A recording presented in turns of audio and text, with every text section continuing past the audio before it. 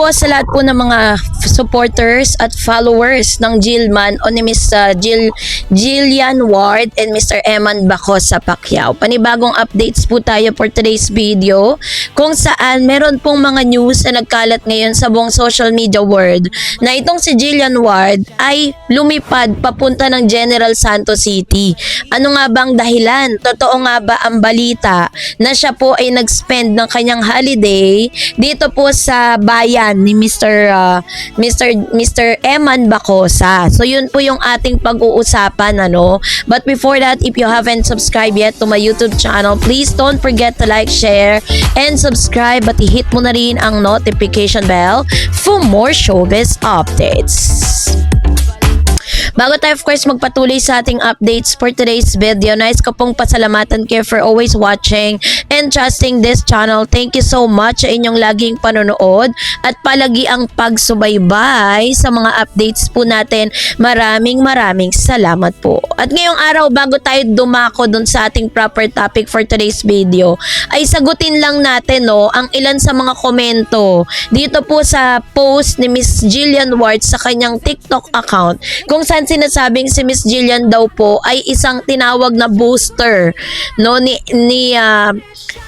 ginawa daw nitong booster si Eman Bacosa Pacquiao. So ano bang ibig sabihin ng booster? Kasi 'di ba kapag po kayo ay nagpo-post sa social media at gusto nyo pong mas maraming makakita, mas maraming makapag-engage, mas maraming makapanood ng inyong video, binuboost nyo siya, babayad kayo sa Meta, which is sa Facebook o sa ano pa mang social media platform, even sa YouTube or ibang mga social media outlet, para po talagang mas dumami yung mas makakita ng post po ninyo. So sa ano naman po, literally naman, dun po naman sa kaso ni Miss Jillian at ni Eman, parang sinasabi ng nag-comment na ito na ginamit daw ni Jillian Ward si Eman para mas makilala siya ng todo, mas mabigyan pansin siya ng publiko, parang ganon, 'di ba?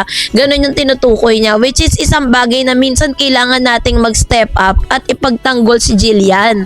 Si Jillian po sa kanyang social media, FYI for your information, si Jillian po ay meron siyang Instagram account na meron po siyang followers na 4.5 million followers. Verified na po yan.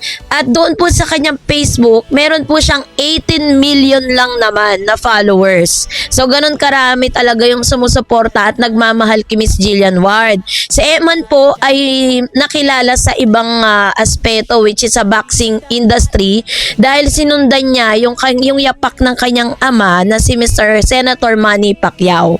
So, yung usapin na sinasabi lagi kasi, mula po kasi nung na-connect ang pangalan ni Miss Jillian kay Mr. Eman, mas umingay po yung pangalan niya, which is very true. Pero doon naman po sa aspeto ng pagiging isang artista ni Jillian, is nakilala na po siya bata pa lang sa True This Liit, 'di ba? Parang siya yung gumanap doon, tapos nag-transition siya into a teenager hanggang ngayon po bilang isang woman, bilang isang talagang ready to face any problems or any bashing na pinupukol sa kanya ngayon.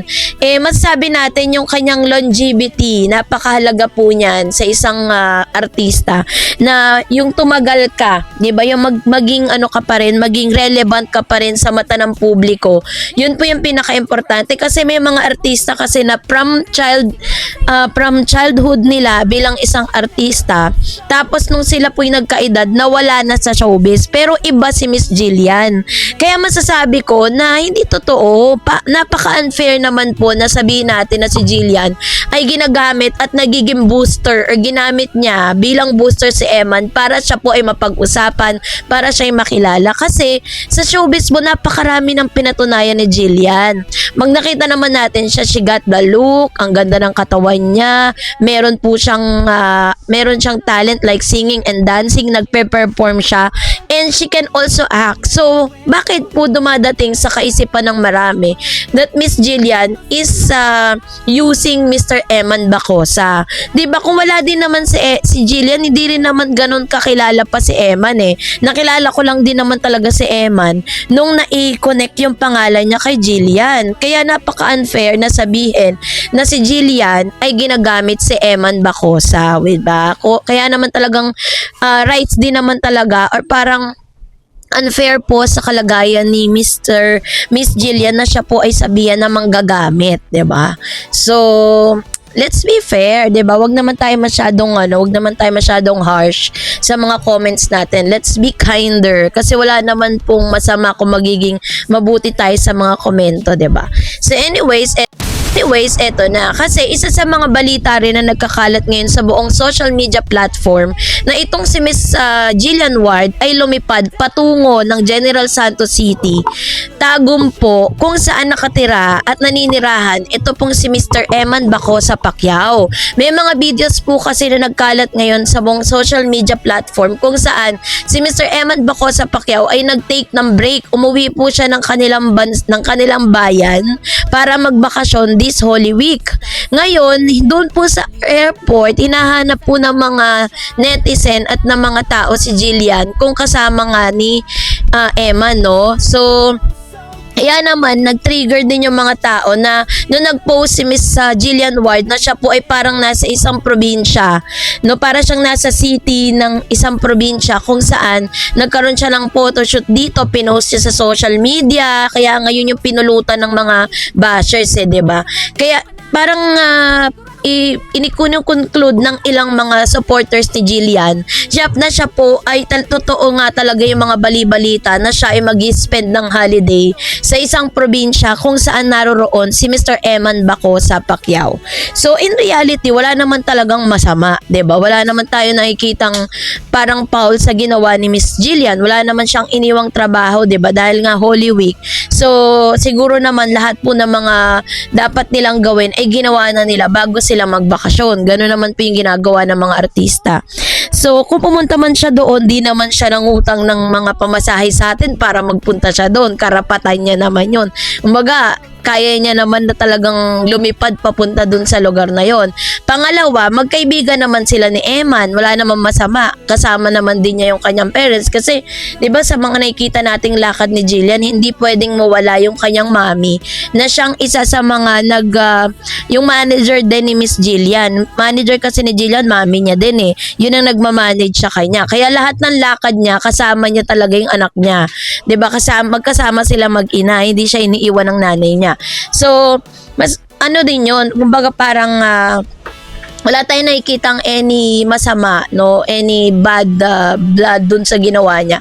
Well, in fact, ito lang po ay nagpapatunay talaga na yung kanilang friendship ay mas lumalalim pa, 'di ba? Mas pinag-iigi pa nila yung kanilang samahan.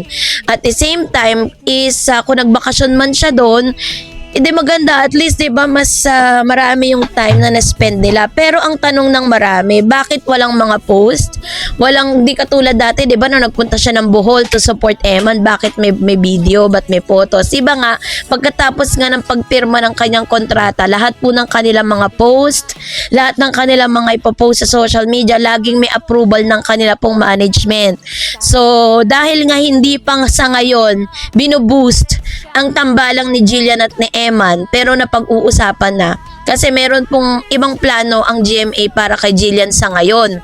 Pero dahil malakas ang pangalan ni Jillian at ni Mr. Eman, maaaring sooner or later, bibigyan sila ng mas magandang proyekto na silang dalawa yung bida. Kasi sa Never Say Die, ang dami niyang kasamang mga mga aktor, 'di ba? Di natin alam kung sino talaga yung endgame dun, sino talaga yung makakatuluyan ni Jillian. Kasi kay David, sinabi niya na hindi naman talaga sila love team. Sila po ay parang companionship sila doon.